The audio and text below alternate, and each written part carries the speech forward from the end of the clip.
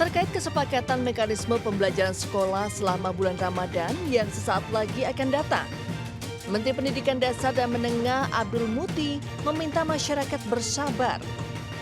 Abdul Muti menyatakan pihaknya telah memfinalisasi rancangan surat edaran. Namun ia mengoreksi istilah libur Ramadan yang sering digunakan dengan menegaskan istilah yang lebih tepat adalah pembelajaran sekolah di bulan Ramadan. Hal itu diungkapkan saat dirinya datang dalam agenda rapat terbatas di Istana Merdeka Jakarta pada Jumat siang. Mekanisme pembelajaran sekolah selama Ramadan menjadi pembahasan lintas kementerian dan telah mencapai kesepakatan. Ini kami berlima membahas mengenai pembelajaran di bulan Ramadan dan sudah ada kesepakatan bersama. Sekarang draftnya sudah selesai, tinggal proses nunggu tanda tangan 3 menteri. Tanda tangan Menteri Pendidikan Dasar Menengah, Menteri Dalam Negeri, dan Menteri Agama. Kami kira begitu ya. Sementara, detail mekanisme pembelajaran sekolah di bulan Ramadan akan dijelaskan secara rinci dalam surat edaran yang akan segera terbit. Dari Jakarta, Camar Henda, Piasiawan, iNews melaporkan.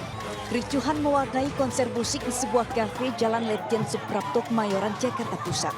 Puluhan orang pengunjung terlibat baku hantam di depan panggung saat konser musik dengan bintang tamu sedang berlangsung. Petugas keamanan kafe yang mencoba meredam keributan tidak kuasa melerainya.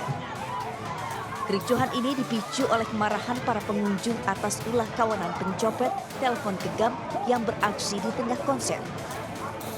Para pengunjung yang merasa kehilangan ponsel ini marah dan langsung menyerang 3 orang terduga copet yang telah diamankan petugas keamanan. Namun para pengunjung ini justru terlibat keributan dengan pihak keamanan. Keributan baru mereda setelah polisi tiba di lokasi. Sementara itu 3 pria terduga copet beserta barang bukti belasan telepon genggam diamankan ke Mapolsek Kemayoran. Dari Jakarta, Rani Sanjaya, iNews melaporkan.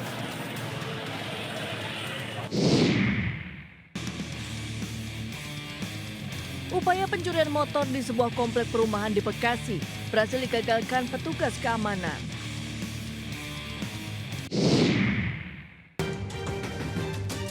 Mekanisme pembelajaran sekolah selama Ramadan telah disepakati dan tinggal menunggu surat edaran resmi diterbitkan. Menikmati gurame bakar sambil berwisata di pinggir danau bisa jadi referensi kegiatan di akhir pekan.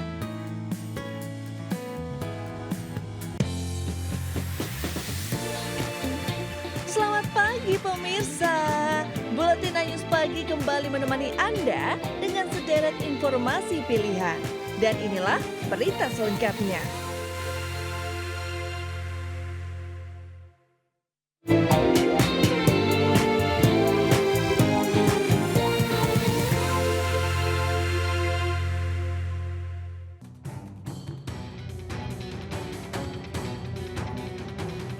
Kecelakaan beruntun terjadi di kawasan Jalan Platina Raya, Kelurahan Titipapan, Kecamatan Medan Deli, Kota Medan. Kecelakaan diakibatkan truk kontainer bermuatan pupuk 25 ton tidak kuat menanjak saat akan melintasi Sungai Deli. Truk pun menabrak 2 kendaraan lain di belakangnya, yakni minibus dan mobil box hingga ringsek. Tidak ada korban jiwa dalam kecelakaan ini. Pengendara minibus sempat keluar dari mobil dan mengalami syok. Keseluruhan pengendara sudah kita amankan. Jadi truk ini nggak kuat nanjak gitu, Komandan? Benar. Mungkin informasi dari driver untuk muatan pupuk 25 ton. Meski sempat terjadi kemacetan hingga 2 jam lamanya, seluruh kendaraan yang terlibat kecelakaan beruntun berhasil dievakuasi menggunakan alat berat. Sementara itu sopir truk dibawa ke Polsek Medan Lapuhan untuk dilakukan pemeriksaan lebih lanjut. Dari Medan, Sumatera Utara, Yuda Bahar, iNews melaporkan.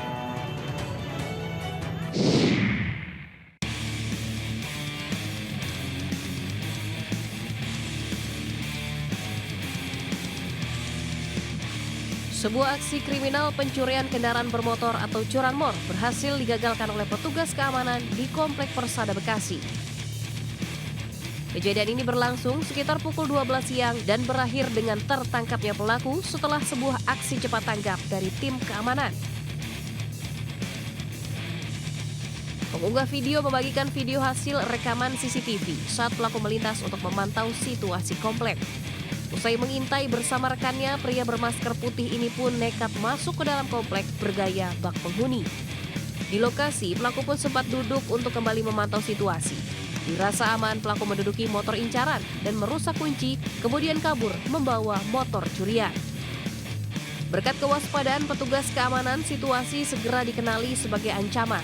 Saat pelaku coba meninggalkan lokasi, salah satu petugas dengan sigap menutup palang pintu gerbang menghalangi jalan keluar kendaraan curian. Dalam insiden ini, petugas keamanan tak hanya menutup palang pintu, tetapi juga berhasil menjatuhkan pelaku hingga tersungkur. Aksi heroik security perumahan juga pernah terjadi beberapa waktu lalu di perumahan Grand Royal Regency, Desa Wage, Kecamatan Taman, Sidoarjo, Jawa Timur. Pihak keamanan yang mengetahui gelagat mencurigakan dari pelaku menurunkan portal ketika pelaku melintas. Akibatnya pelaku menabrak portal dan terjatuh dari motornya. Pelaku pun dapat diamankan security setempat. Menurut security, aksi pencurian burung itu terjadi sekitar pukul 3 pagi saat pemilik rumah sedang tertidur pulas. Rupanya sepeda motor yang digunakan sebagai sarana pelaku tanpa dilengkapi plat nomor alias motor bodong. Pelaku masuk melalui portal jalan depan perumahan tanpa izin. Merasa curiga, pihak keamanan terus memantau pergerakan pelaku dari CCTV tiap gang, hingga akhirnya berhasil memberhentikan pelaku di pintu keluar.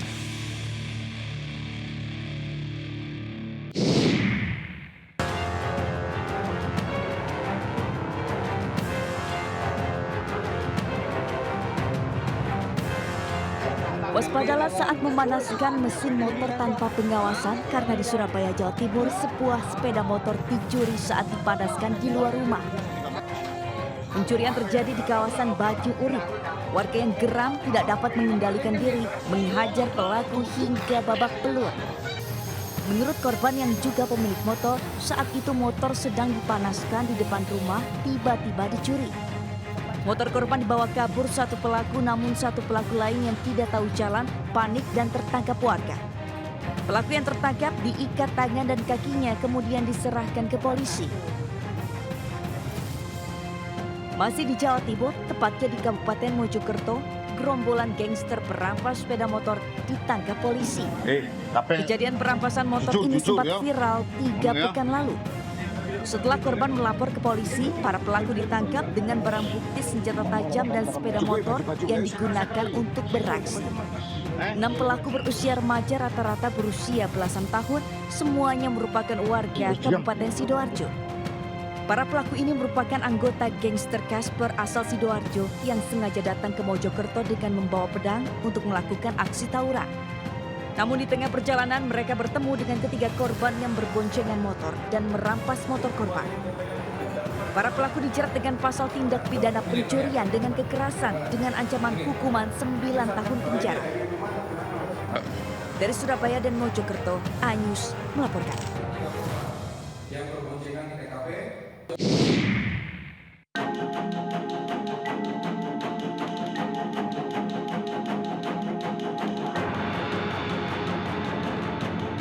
Datang jalan kaki, pulang naik motor.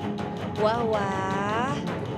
Seperti inilah detik-detik rekaman CCTV saat emak-emak bernama Sulasi mencuri sepeda motor di sejumlah lokasi di Kabupaten Tuban, Jawa Timur.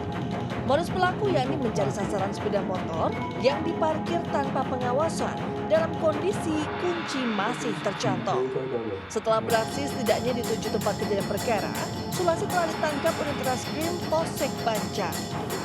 Tindak kriminal itu dilakukan pelaku lantaran terlilit hutang bank plecet atau jasa kredit keliling. Tak tanggung-tanggung, sebagai barang bukti polisi mengamankan sebanyak 6 unit sepeda motor hasil curian. Dan kok nekat nyuri motor itu kenapa? Karena terlilit hutang bank plecet, nah, begitulah. 7 TKP yang 5 di Banjar, yang 1 di Jatirogo, yang 1 di Sarang. Polisi terus berusaha melakukan pengembangan dan mencari penada yang menerima gadai sepeda motor curian pelaku. Sementara itu, ibu rumah tangga tersebut dijerat pasal pencurian dengan ancaman hukuman maksimal 7 tahun penjara. Dari Tuban, Jawa Timur, Pipit Wibowanto, iNews melaporkan.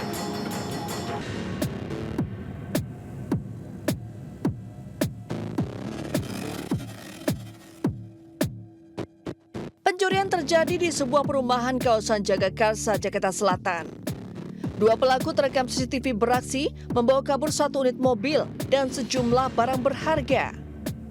Dua pelaku leluasa membobol rumah korbannya saat jam sholat Jumat, sementara pemilik rumah sedang pergi keluar kota.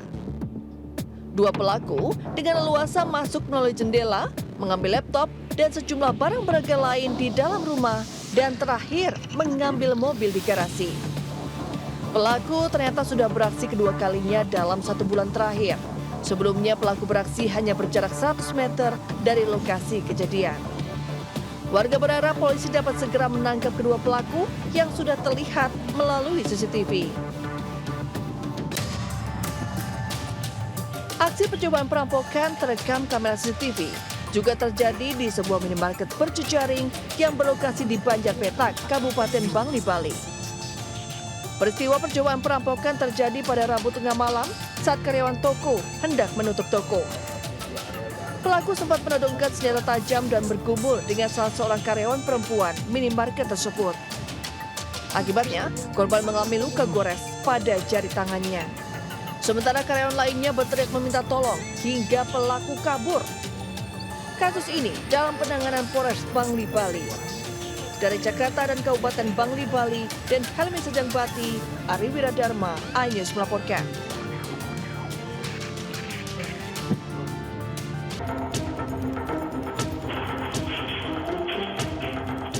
Kamera CCTV merekam aksi pembobolan sebuah kafe mewah di kawasan Padang Barat, Kota Padang. Tampak 4 orang pelaku berusaha masuk dalam kafe dengan cara menaiki atap dan menjebol jendela untuk menguras barang berharga yang ada di dalam. Akibatnya, pemilik resto mengalami kerugian hingga 300 juta rupiah.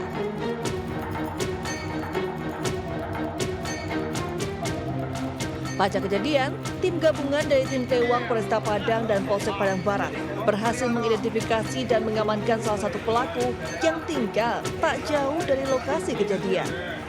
Tersangka bernama Baram, residivis kasus pencurian ini tak dapat berkutik dan membeberkan identitas 4 orang rekannya kepada polisi. Kita amankan satu pelaku di daerah Purus 5, Kecamatan Padang Barat, Kota Padang. Diduga untuk pelaku lebih kurang 5 orang dengan modus berulang kali melakukan pencurian di kafe resto Beberia tersebut. Tersangka Baram selanjutnya digelandang ke Mapolresta Padang dan dijerat pasal pencurian dengan kekerasan dengan ancaman hukuman maksimal 9 tahun penjara. Sementara keempat rekannya yang identitasnya sudah dikantongi polisi dalam pengejaran. Dari Padang, Sumatera Barat, Budi Sunandar, iNews melaporkan.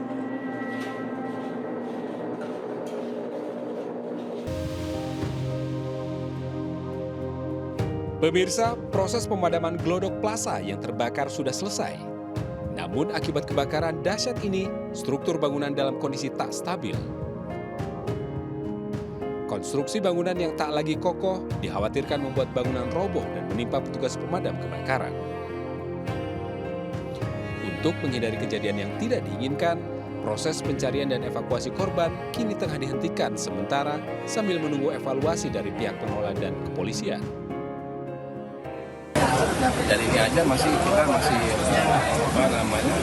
agak kewalahan struktur bangunannya sudah yang stabil dan timbukan atau runtuhan itu bisa kita harus mengais atau menyisir lagi korban sampai ke dalam. Nah ini juga yang kenapa kok sampai lama terus melakukan evakuasi. Sementara itu, 2 jenazah berhasil dievakuasi petugas dari reruntuhan bangunan Jumat malam. Kedua jenazah tersebut langsung dibawa ke Rumah Sakit Polri untuk diidentifikasi. Jumlah korban sementara yang berhasil dievakuasi mencapai 7 orang. Dari Jakarta, tim liputan iNews melaporkan.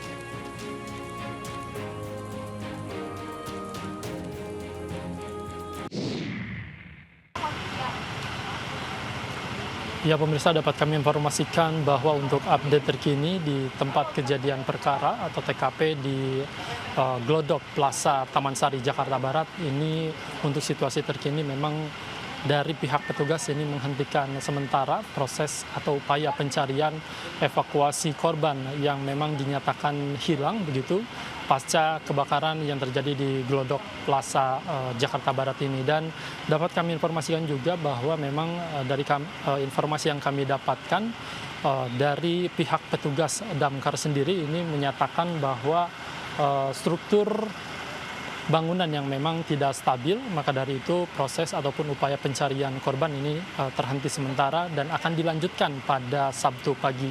Dan pada Jumat pagi serta Jumat sore, pihak petugas ini berhasil kembali menemukan ataupun berhasil mengevakuasi dengan jumlah 4 korban begitu ataupun 4 kantong jenazah, dan seluruh korban ini yang sudah ditemukan atau dievakuasi sudah ada 7 kantong jenazah, dan seluruh korban ini sudah dievakuasi dan dilarikan ke Rumah Sakit Polri Kramat Jati untuk dilakukan proses identifikasi lebih lanjut.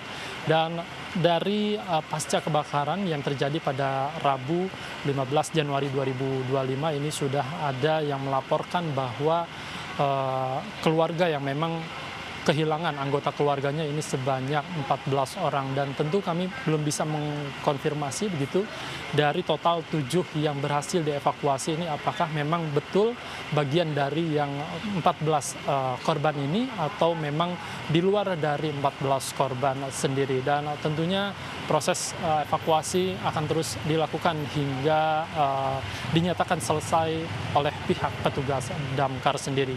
Dari Jakarta, Irfan Hardiansyah, Eri Nugraha, Dimas Winardi, iNews melaporkan.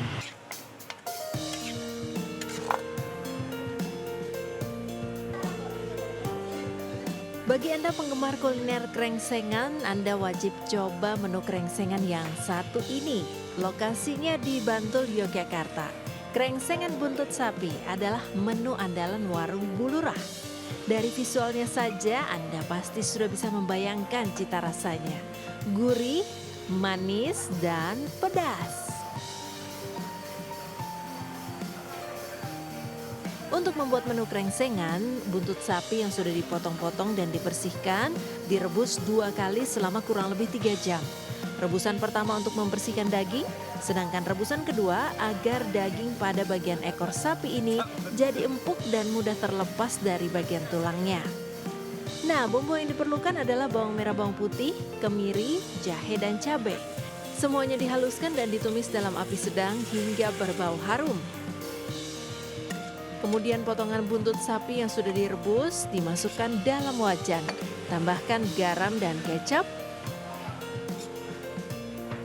Lalu masukkan potongan sayur, wortel, dan kentang.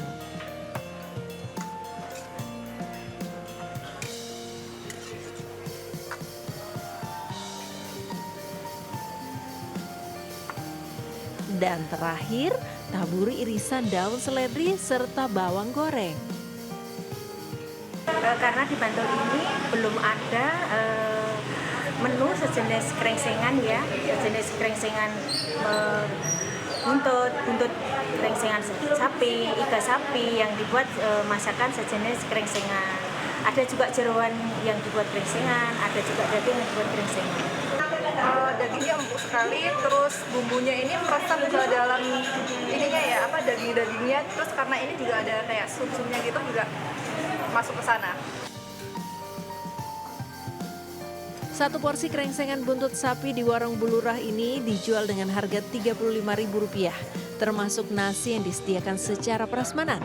Selain krengsengan buntut sapi, pembeli juga bisa memesan krengsengan iga atau daging sapi maupun sop daging dan sop buntut.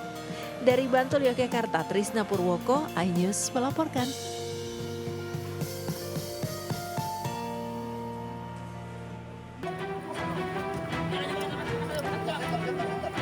Sepintar-pintarnya mengumpet di sawah, akhirnya tertangkap juga. Itulah nasib pelarian Rahim, pelaku pencurian dengan kekerasan yang diamankan polisi dan warga dari area persawahan berlumpur. Pria 38 tahun asal Cianjur, Jawa Barat ini diciduk karena aksinya menodongkan senjata tajam kepada pemilik toko dengan modus pura-pura menjadi ODGJ yang tidur di depan toko tanpa menggunakan baju. Selain merampas handphone korban, pelaku juga masuk ke dalam toko dan mengambil sejumlah uang. Itu tiba-tiba orang yang tidur tersebut mendatangi pemilik toko atau pelapor ini dengan menodongkan sebuah pisau. Pelaku langsung menarik handphone yang dipegang oleh korban ini dan masuk ke dalam toko korban dan di situ mengambil sejumlah uang. Saat ini pelaku beserta barang bukti diamankan di Polres Sumeneb guna penyidikan dan penyelidikan lebih lanjut. Pelaku dijerat pasal pencurian dengan kekerasan dengan ancaman hukuman maksimal 3 tahun penjara. Dari Sumeneb, Jawa Timur, Faris Purnama, iNews melaporkan. Pemirsa, pasangan suami istri di Jember, Jawa Timur ini ditangkap polisi lantaran memasukkan berbagai macam dokumen untuk pengajuan kredit bank. Modus pelaku memasukkan seluruh pengajuan kredit bank seperti KTP, sertifikat tanah, cap stempel, bahkan ATM elektronik juga dipalsukan menggunakan alat cetak yang diprint sendiri.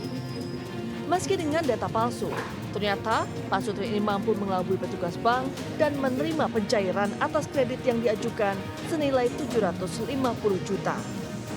Namun di tengah perjalanan, seorang notaris yang melakukan pengikatan antara bank dan Pak Sutri ini curiga dengan dokumen tersebut. Setelah kedoknya diketahui, pelaku kemudian membuat drama jika pelaku meninggal kecelakaan di Banyuwangi agar kredit ke bank tak lagi dibayar. Pelaku membuat berbagai bukti seperti surat dari kepolisian yang ternyata palsu. Hingga akhirnya atas laporan bank, Pak Sutri ini ditangkap. Adapun ancaman hukumannya berkisar antara 4 sampai 8 tahun, ulangi 4 sampai 6 tahun sesuai dengan penerapan pasal yang nanti akan kita kenakan. Pak Sutri tersebut dijerat Undang-Undang Kependudukan dan Data Pribadi dengan ancaman maksimal 6 tahun penjara. Dari Jember, Jawa Timur, Babang Sugiarto, iNews melaporkan.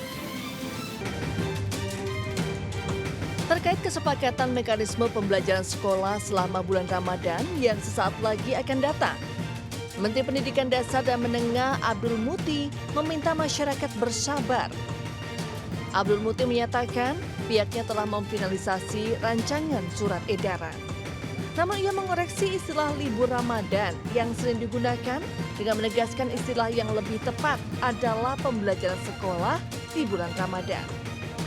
Hal itu diungkapkan saat dirinya datang dalam agenda rapat terbatas di Istana Merdeka Jakarta pada Jumat siang. Mekanisme pembelajaran sekolah selama Ramadan menjadi pembahasan lintas kementerian dan telah mencapai kesepakatan. Ini kami berlima membahas mengenai pembelajaran di bulan Ramadan dan sudah ada kesepakatan bersama. Sekarang draftnya sudah selesai, tinggal proses nunggu tanda tangan 3 menteri. Tanda tangan Menteri Pendidikan Dasar Menengah, Menteri Dalam Negeri, dan Menteri Agama. Kami kira begitu ya. Sementara, detail mekanisme pembelajaran sekolah di bulan Ramadan akan dijelaskan secara rinci dalam surat edaran yang akan segera terbit. Dari Jakarta, Camal Henda, Piasiawan, iNews melaporkan. Coba fitur dengarkan berita di News Plus aplikasi RCTI Plus.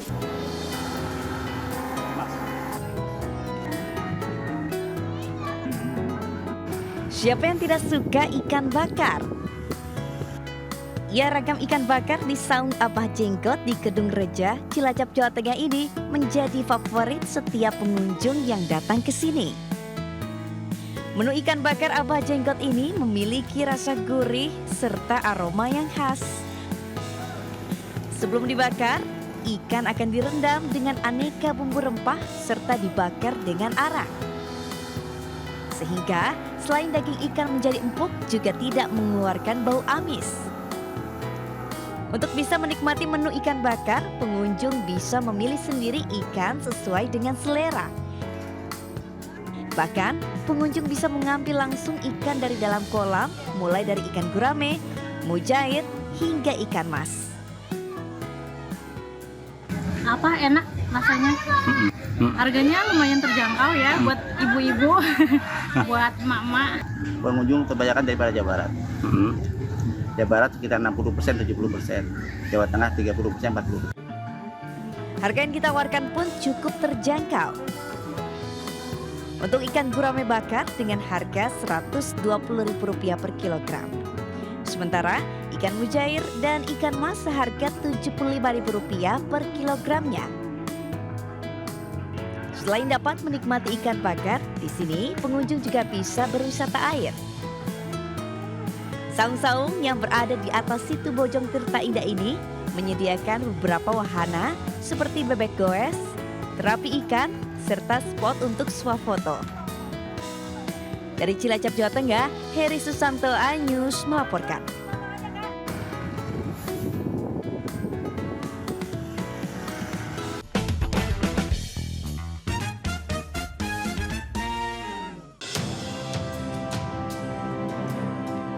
Dugaan penggelembungan suara secara terstruktur, sistematis, dan masif yang dilakukan paslon nomor urut 1 dan 3 kepada paslon nomor urut 2 pada Pilkada Jayawijaya 2024 kini menemui titik terang.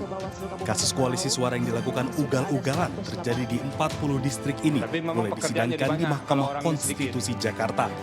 Melalui kuasa hukumnya Ismail Maswatu, pasangan calon bupati dan wakil bupati Jayawijaya nomor urut 4 yang diusung Partai Perindo, John Richard Yogobi, berharap Mahkamah Konstitusi untuk menerima permohonan secara keseluruhan, termasuk mendiskualifikasi pasangan nomor urut 1, 2, dan 3. Membatalkan keputusan KPU tentang penetapan calon bupati dan wakil bupati terpilih Jayawijaya tahun 2024-2029. Selanjutnya memerintahkan kepada KPU untuk mendiskualifikasi pasangan nomor urut 1, 2, dan 3. Pada sidang perdana gugatan hasil Pilkada Jayawijaya 2024 ini, tim hukum pasangan John Martin juga menyampaikan sudah melaporkan dugaan kecurangan yang melibatkan penyelenggara pemilu kepada Bawaslu dan Daerah Kehormatan Penyelenggara Pemilu atau DKPP. Dari Jakarta, Alin Leman, iNews melaporkan.